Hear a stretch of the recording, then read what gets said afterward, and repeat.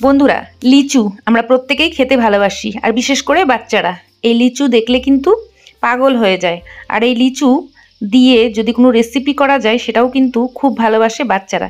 বিশেষ করে এই গরমে এই লিচুর আইসক্রিম এটা তো সব বাড়ি খুব পছন্দ হবে, আর বাচ্চারা তো খুবই ভালোবেসে এটা খাবে।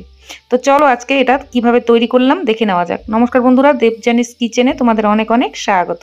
যারা যারা আমার চ্যানেলটাকে অলরেডি সাবস্ক্রাইব করে নিয়েছো তাদেরকে অনেক অনেক ধন্যবাদ। আর যারা যারা নতুন এসেছো অবশ্যই করে আমার চ্যানেলটাকে সাবস্ক্রাইব করে বেল বাটনটাতে প্রেস করে দিও।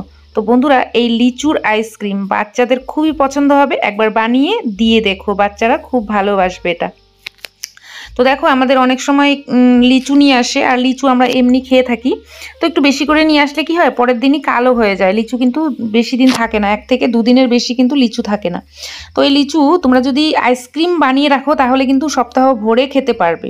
তো দেখো, বাচ্চাদেরকেও তোমরা এইভাবে লিচু আইসক্রিম বানিয়ে দিতে পারো, খুবই পছন্দ করবে। আর লিচুর আইসক্রিম কিন্তু খুব ভালো লাগে। আর সব জায়গায় কিন্তু লিচুর আইসক্রিম পাওয়া যায় না। তো যেই জায়গাগুলোতে পাওয়া যায় না, অনেক গ্রামগঞ্জে কিন্তু লিচুর আইসক্রিম পাওয়া যায় না। তো যেখানে পাওয়া যায় না সেখানে যদি তোমরা এটা অবশ্যই করে বানিয়ে দাও তাহলে কিন্তু বাচ্চারা ভালোবাসবে। তো দেখো, প্রথমে লিচুগুলো আমি খুলে বীজগুলোকে ছাড়িয়ে নিলাম। আর এখন যেটা করব, একটা মিক্সার জার নিয়ে নেব।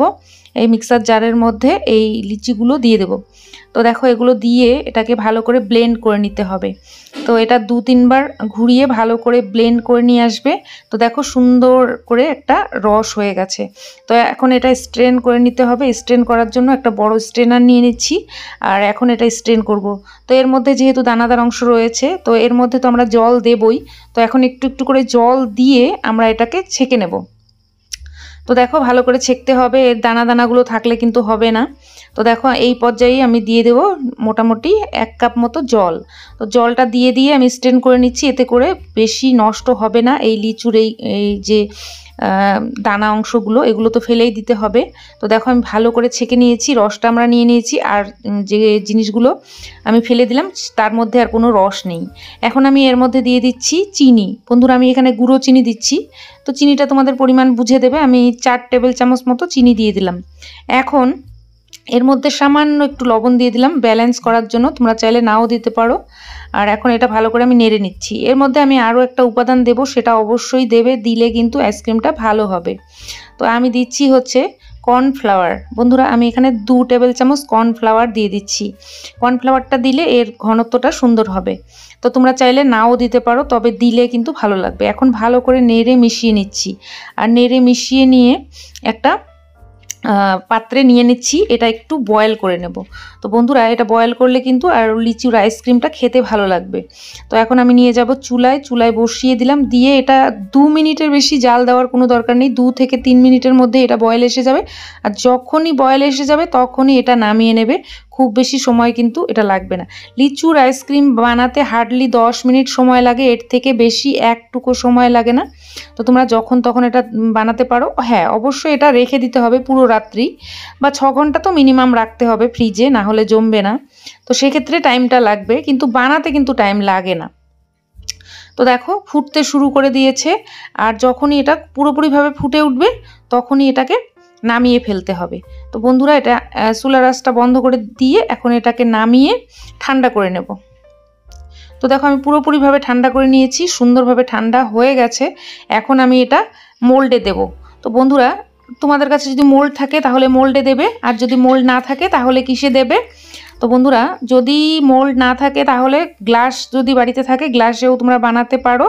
তো আমি এখানে দেখাচ্ছি যে আমার এই ইউজ অ্যান্ড থ্রো গ্লাসগুলো আছে, সেগুলোর মধ্যেও বানাতে পারো। আর কাঠি যদি থাকে তাহলে কাঠির মধ্যে বানাবে। তো দেখো, কাঠি আমরা যে কোনো কেকের দোকানে গিয়ে চাইলেই কিন্তু 10 টাকার অনেকগুলো দিয়ে দেয়, সেই কাঠি তোমরা ব্যবহার করতে পারো।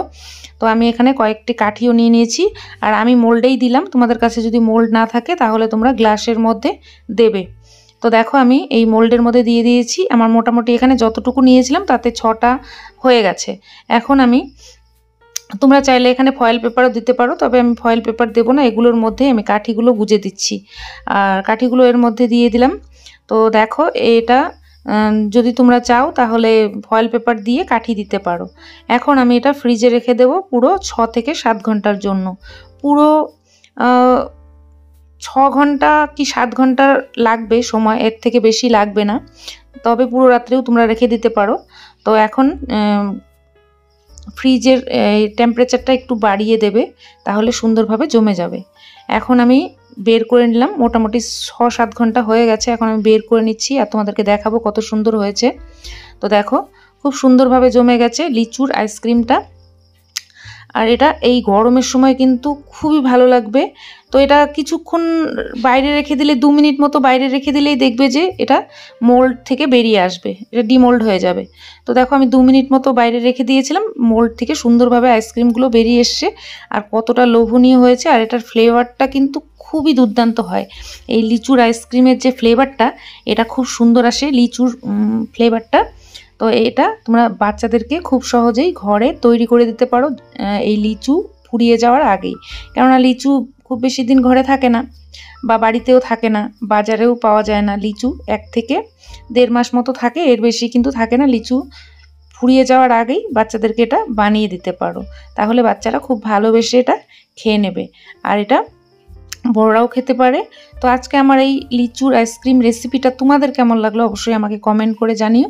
যদি ভালো লাগে একটা লাইকও করে দিও, বন্ধুদের সঙ্গে শেয়ার করে দিতে পারো। চ্যানেলে যদি নতুন হয়ে থাকো অবশ্যই আমার চ্যানেলটাকে সাবস্ক্রাইব করে রাখো। আজকের জন্য এখানে শেষ করব। সবাই ভালো থেকো, সুস্থ থেকো, নমস্কার।